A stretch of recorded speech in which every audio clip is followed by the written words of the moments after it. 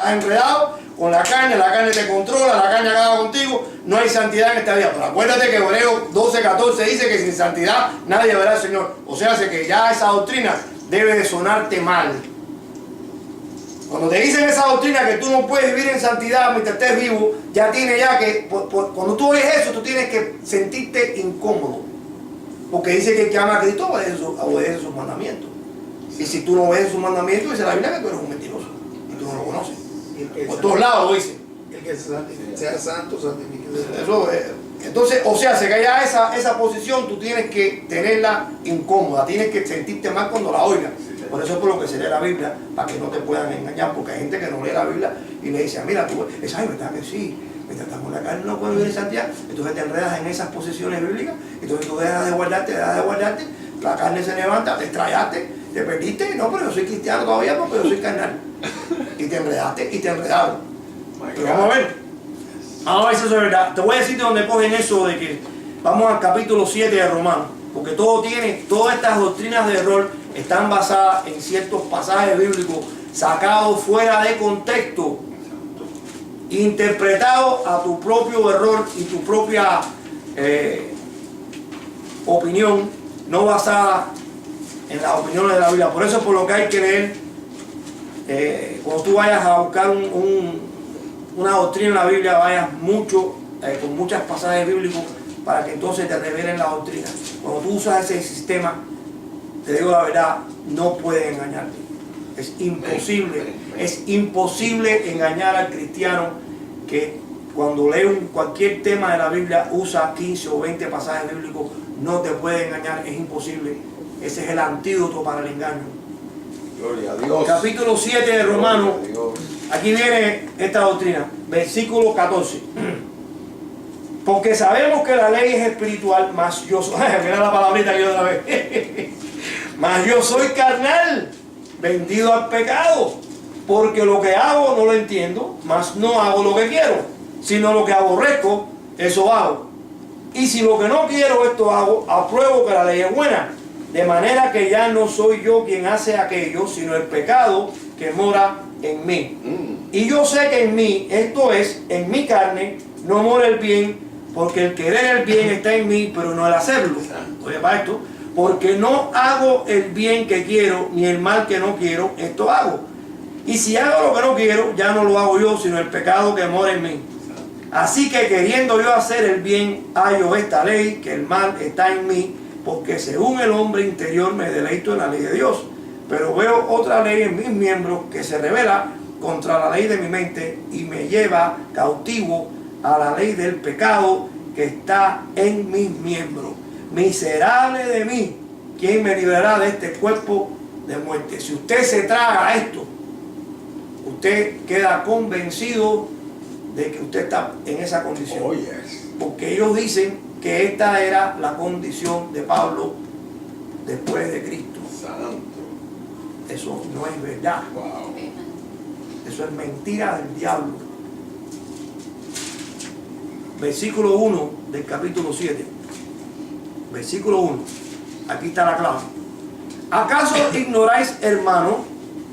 Pues hablo con los que conocen la ley. Pablo le está hablando a judíos antes de su conversión. Esta es la condición de un santo en el viejo pacto. ¿Cuántas veces no hemos leído que la ley no podía hacer nada perfecto? Que la ley no podía triunfar por la carne, todas esas cosas. El santo del viejo pacto no tenía el Espíritu Santo metido en su corazón, no tenía la gracia de Dios, no tenía el poder. Si no, vamos a ver para que tú veas. En el capítulo anterior, capítulo 6, yo quiero compartir con ustedes. Pablo no está loco, porque si no, entonces, ahora vamos a leer el capítulo 6 para que tú veas que parece que se contradice, porque entonces Pablo está loco. Pero no, Pablo no está loco. Voy a leer capítulo 6, versículo 6. Sabiendo esto, que nuestro viejo hombre fue crucificado juntamente con él, para que el cuerpo del pecado sea destruido, a fin de que no sirvamos más al pecado. Porque el que ha muerto ha sido justificado del pecado, y si morimos con Cristo, creemos que también viviremos con él. sabiendo que Cristo, habiendo resucitado los muertos. Versículo 12. No reine pues el pecado en vuestro cuerpo mortal, de modo que lo obedezcáis en sus concupiscencias, ni tampoco presenten vuestros miembros al pecado como instrumentos de iniquidad, sino presentaos vosotros mismos a Dios como vivos de entre los muertos, y vuestros miembros a Dios como instrumentos de justicia. Aquí viene, porque el pecado no se enseñoreará de vosotros, pues no están bajo la ley, sino bajo la gracia. Versículo 16. ¿No sabéis que si os sometéis a alguien como esclavos para obedecerle, sois esclavos de aquel a quien obedecéis, sea del pecado para la muerte, o sea de la obediencia para la justicia? Pero gracias a Dios que aunque eran esclavos del pecado, han obedecido de corazón aquella forma de doctrina a la cual fuisteis entregados, y libertados del pecado, vinieron a ser siervos de la justicia. El capítulo 6 de Romanos explica lo que es la nueva criatura en Cristo. Este es el capítulo donde se explica la santificación del pecador a través de la gracia en Cristo. El capítulo 7 de Romanos, Pablo explica su condición cuando estaba en la ley, la justicia de la ley.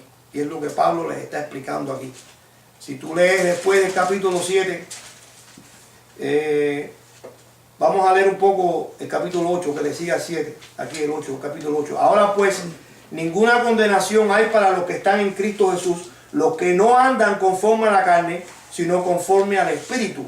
Porque la ley del Espíritu de vida en Cristo Jesús me ha librado de la ley del pecado y de la muerte. Porque lo que era imposible para la ley, por cuanto era débil por la carne, o sea, la ley no te daba poder para obedecer a Dios completamente. La gracia de Cristo sí te da ese poder.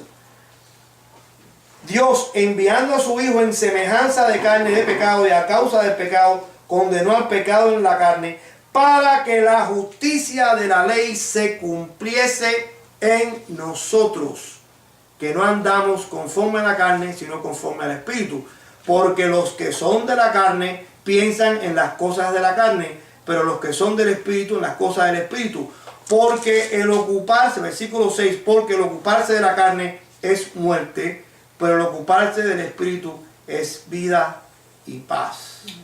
O sea, sé que esto está claro. Y aquí dice, Pablo concluye, versículo 12, así que hermanos, deudores somos, no a la carne, para que vivamos conforme a la carne, porque si viven conforme a la carne, moriréis. Mas si por el Espíritu hacéis morir las obras de la carne, viviréis. Esta vida es vida espiritual. Amén.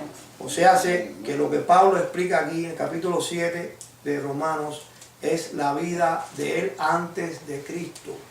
Él tiene una parte aquí que dice, lo voy a leer aquí, 7:9 dice, y yo sin la ley vivía en un tiempo, pero venido el mandamiento, el pecado revivió y yo morí. Y hallé que el mismo mandamiento que era para vida, a mí me resultó para muerte, porque el pecado, tomando ocasión por el mandamiento, me engañó y por él me mató. Todos los comentarios concluyen que Pablo aquí está hablando de su bar mitzvah, que es cuando un niño judío cumple los 12 años y se vuelve el hijo del mandamiento. Eso es lo que significa bar mitzvah. Bar es hijo y mitzvah es mandamiento. Se vuelve el hijo del mandamiento. Eso lo hacen hoy todos los niños judíos, los varones. Y se llaman bar mitzvah. Ahí es cuando leen los 10 mandamientos. Y entonces, claro, en ellos es otra cosa. Pero Pablo está diciendo que cuando él cometió su bar mitzvah, él se dio cuenta que él no podía obedecer. Vaya, que él obedecía, pero no a la perfección para demandarle a Dios salvación. Eso es lo que él está hablando. Por eso es por lo que él exalta. Mucha gente se piensa que Pablo, yo quiero compartir con ustedes, Pablo dice en un lugar que él hacía esto y que él hacía lo otro y que él perseguía a los cristianos. Sí, es verdad que él hacía todas esas cosas, y él dice que cuando le hacían juicio para matarlo, él daba su voto, le hacía así, daba su piedrecita para que mataran a los cristianos. Yo quiero decirle a ustedes que Pablo se pensaba de verdad que lo que él hacía estaba aprobado por Dios. Pablo era un rabino celote, un hombre que estaba lleno del celo del judaísmo de Moisés. Él era, fíjate que él lo dice, fariseo de fariseos, de la tribu de Benjamín, judío de judío, hebreo. Vaya, y él da su testimonio. Y después dice, las cosas que para mí eran ganancias, hoy las considero basura.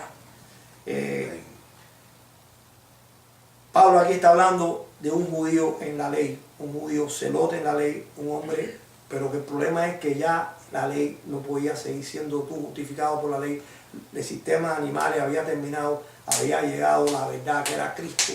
Y todo judío piadoso tenía que bajar la cabeza y decir, se acabó la ley. Se acabaron las ceremonias, no la ley moral. Hay una partida descarada por ahí diciendo que ya tú no tienes que obedecer la ley moral. Eso es mentira del diablo. La ley de las ceremonias, los sabbat, las lunas nuevas, los rituales. La ley ritual es la que se acabó. Dios no puede ser burlado. Lo que el hombre siembra, el hombre